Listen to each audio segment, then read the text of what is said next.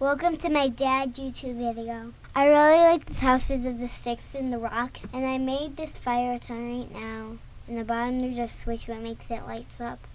But I didn't make this even though it's really cool. And I did make the orc tent, and I really like it.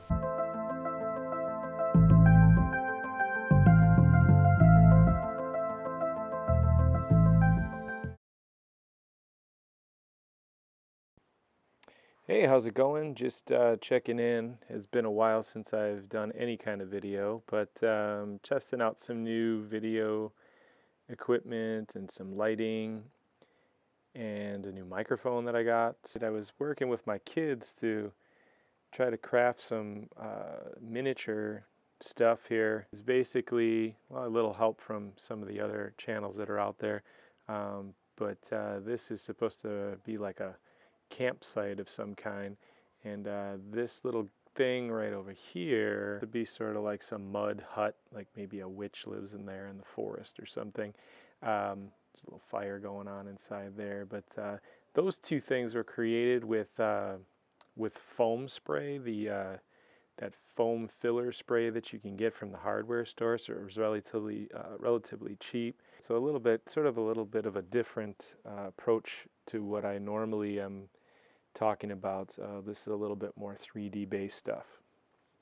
So this is the first one that I'll be kind of talking about, reviewing, going over. I didn't do any process videos on this, so you can't see how it was made, but this one was made with spray foam, the Great Stuff spray can that you would use to in construction to fill gaps and insulate things. So it turns into a foam. It's an expandable material. It's cheap, it's easy to use. I took some just crumpled up form of paper, wrapped it in plastic to create like an inside mold, and then I just sprayed the foam on the outside and let it sort of do its thing and expand, and then we painted it black, and then we did a couple of just little dry brushing techniques. We put it on a base that is made of cardboard, and then we cut a hole in the bottom and put a little tea light LED candle in there, so it looks like there's some little bit of fire going on there. We used some sticks for the front door. Got a little bit of hot glue all over the thing, and then we did some flocking on the outside along with some different paint. Stuck a little tree growing out the back there. There's something not so nice probably lives in there. Hello. Looks pretty cool. It was fun to do. It's totally nerdy and probably unnecessary. And who knows if and when I'll ever use it for anything, but you know, created something and it was fun. And the kids were involved with this one for about 7 minutes, and then it was up to me to do the whole friggin' thing. But anyway, that's just how it goes. And for this next one, we did a little campsite situation here. Again, we used expandable foam, the Great Stuff foam. So underneath there is just some regular cardboard. We cut a hole in the bottom and put a tea light LED candle in the bottom, having a situation where we want that to light up.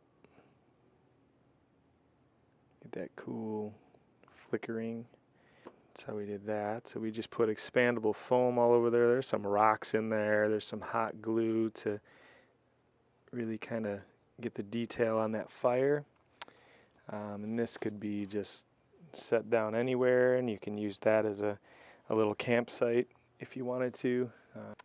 I was looking for something to do with those tea light candles, and I got this idea of using those candles from various crafting sites, so you can check those out. I just ordered a box of these things to play around with, and they're really cheap and they were easy to use. I did not get into rewiring them, as some of the tutorials that I saw were, creating torches and stuff using the electronics on the inside and the batteries.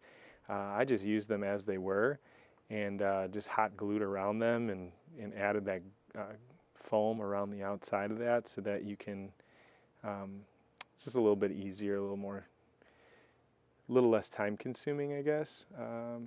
Yeah, that's It's a little campsite.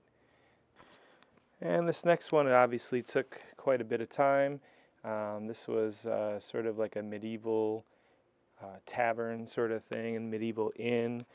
This one I took mostly from the Wyloch crafting video. I used pretty much his techniques to the T, with a couple of little adjustments. I think I probably did a worse job in a few ways that he did in his video. My little pillars here kind of falling apart, but trying to use popsicle sticks, used insulation foam, used a cereal box for the shingles up here on the roof to kind of give it that shake look. Just a lot of foam and a lot of popsicle sticks and a lot of painting. And then I sort of roughed up this plaster area here with some tin foil. Just sort of slammed the tin foil ball against that and did some painting and some washes on there. It was a little bit more ambitious. Started out as a project that I was going to do with my kids, and then they kind of fell off after a little bit of time. They lost interest in it, and I had to continue and followed it through to the end. One of the things I think is kind of cool about this is if you lift it up off of the surface here, the inside of it is actually open. So I made it hollow on the inside, so what you can do here is you actually got like a hardwood surface that you can use, and you have a setting that you can set up inside of it. So you almost have like a floor map of this thing that's removable, so that you can kind of see it and visualize it in 3D, and then when you take that off, you've got this surface that you can use for that. So that was my medieval tavern project. I guess when you're doing this stuff, there's so many different things. Here's the way the inside is constructed. So you can see there's a lot of boxes and insulation foam inside there, some braces for support. And again, this thing should just kind of line up on here and sort of sits on its base, and then you could take it off and use it for the inside. But there's so many different things that you can construct, but it's so time consuming to be able to do that. I mean, it's fun, but it's just hours and hours and hours of stuff that goes into building this. So there's that one. And for my last trick here, this was a tent, an orc tent that I created with my 6-year-old daughter. She helped out quite a bit, actually. She hung in there for a while. She put a lot of the paint on there and helped me make those little spikes on the top. So this one is like straight out of DM Scotty tutorial on making an orc tent. So I can link up to that in the description, and you can check that out. Obviously, this is a easier, simpler, quicker version and worse version than what he was doing. But basically, the way that this thing is constructed, it's just some cardboard in a hexagon shape like that, and it's actually paper towels coated with white glue and water. So it actually creates this hard shell on the outside that you can paint. And then these little spikes at the top were actually made with plastic fork. We just cracked off the tops of plastic fork and drilled some little holes in here, and we hot glued them into the tent. So I was going to create like a whole camp of these things. Appreciate you taking a look at these little projects here, and feel free to comment if you have any questions about any of that, and I'd be happy to steer you in the right direction. I know I didn't really get into very much detail about how any of this was created, but the materials that I'm using, again, are all things that you can get at a hardware store. They're things that you can create in a couple hours, or just painted with acrylic paints with some various techniques.